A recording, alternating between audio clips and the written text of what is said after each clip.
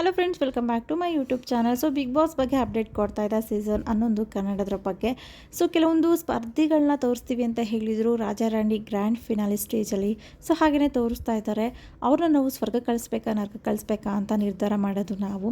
So ಅದರಲ್ಲಿ ಕೆಲವೊಂದು ಸ್ಪರ್ಧಿಗಳೇ ತೋರಿಸಿದ್ದಾರೆ. ಮೊದಲನೇದಾಗಿ ಗೌತಮಿ ಆಗಿರ್ಬೋದು, ಎರಡನೇದಾಗಿ ಲಾಯರ್ ಜಗದೀಶ್ ಆಗಿರ್ಬೋದು, ಹಾಗೆ ಮೂರನೇವರು ಯಾರಂತ ಹೇಳಿದ್ರೆ ಚೈತ್ರಾ ಕುಂದಾಪುರ್ ಅಂತ. ಸೊ ಇವ್ರ ಬಗ್ಗೆ ನಿಮ್ಗೆಲ್ರಿಗೂ ಗೊತ್ತೇ ಇರುತ್ತೆ.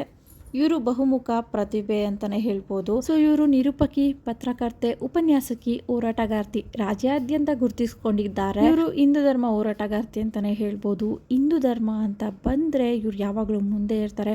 ಸೊ ಇವರು ಕೂಡ ಬಿಗ್ ಬಾಸ್ ಮನೆಗೆ ಬರ್ತಿದ್ದಾರೆ. ಸೊ ಮನೆ ಒಳಗಡೆ ಹೇಗೆಲ್ಲ ಇರ್ತಾರೆ, ಹಾಗೆಯೇ ಇವರು ಸ್ವಲ್ಪ ದಿನಗಳ ಹಿಂದೆ ಕೆಲವೊಂದು ವಿವಾದಕ್ಕೆ ಒಳಗಾಗಿದ್ರು. ಸೊ ಅದ್ರ ಬಗ್ಗೆ ಕ್ಲಾರಿಟಿ ಕೊಡ್ತಾರೆ. ಬಿಗ್ ಬಾಸ್ ಮನೆ ಒಳಗಡೆ ಏನೆಲ್ಲ ಆಗಿತ್ತು, ಸೊ ಆ ಘಟನೆ ಬಗ್ಗೆ ಹಂಚ್ಕೋತಾರ, ಕಾದು ನೋಡಬೇಕಾಗಿದೆ. ಸೊ ಇವರು ಬಿಗ್ ಬಾಸ್ ಮನೆ ಒಳಗಡೆ ಹೇಗೆ ಇರ್ತಾರೆ ಅಂತ ನೋಡಬೇಕಾಗಿದೆ. ಸೊ ಇವ್ರು ನಿಮಗೆ ಇಷ್ಟ ಆದರೆ ಕಮೆಂಟ್ ಬಾಕ್ಸಲ್ಲಿ ತಿಳಿಸಿ. ಹಾಗೆಯೇ ಇವರು ಸ್ವರ್ಗಕ್ಕೆ ಹೋಗ್ಬೇಕಾ ನರ್ಕಕ್ಕೆ ಹೋಗ್ಬೇಕಾ ವೋಟ್ ಮಾಡಿ. ಇವರು ಮನೆ ಒಳಗಡೆ ಹೇಗಿರ್ತಾರೆ ಅಂತ ಕಾದು ನೋಡೋಣ. ಈ ಸಲಂತೂ ಬಿಗ್ ಬಾಸ್ ಸಖತ್ತಾಗಿರುತ್ತೆ ಅಂತಲೇ ಹೇಳ್ಬೋದು. ಬಿಗ್ ಬಾಸ್ ಟೀಮ್ ಅವರು ತುಂಬ ಚೆನ್ನಾಗಿ ವರ್ಕ್ ಮಾಡಿದ್ದಾರೆ. ಕಂಟೆಸ್ಟೆಂಟ್ ಸೆಲೆಕ್ಷನ್ ಆಗಿರ್ಬೋದು ತುಂಬಾ ಚೆನ್ನಾಗಿದೆ ಅಂತಲೇ ಹೇಳ್ಬೋದು. ಸೊ ಒಟ್ಟಿನಲ್ಲಿ ಲಾಸ್ಟ್ ಟೈಮ್ಗಿಂತ ಈ ಸಲ TRP ಇನ್ನೂ ಕಿತ್ಕೊಂಡು ಹೋಗುತ್ತೆ ಅಂತಲೇ ಹೇಳ್ಬೋದು. TRPಗೋಸ್ಕರನೇ ಈ ಥರ ಕಂಟೆಸ್ಟೆಂಟ್ನ ಸೆಲೆಕ್ಟ್ ಮಾಡಿದ್ದಾರೆ ಅಂತ ಅನ್ಕೋತೀವಿ. ಸೊ ಇನ್ನೂ ಹೆಚ್ಚಿನ ಬಿಗ್ ಬಾಸ್ ಅಪ್ಡೇಟ್ಸ್ಗಾಗಿ ನನ್ನ ಚಾನಲ್ನ ಸಬ್ಸ್ಕ್ರೈಬ್ ಮಾಡ್ಕೊಳ್ಳಿ. ಹಾಗೆ ಈ ವಿಡಿಯೋ ಇಷ್ಟ ಆದರೆ ಲೈಕ್, ಕಮೆಂಟ್, ಶೇರ್ ಮಾಡಿ. Thank you.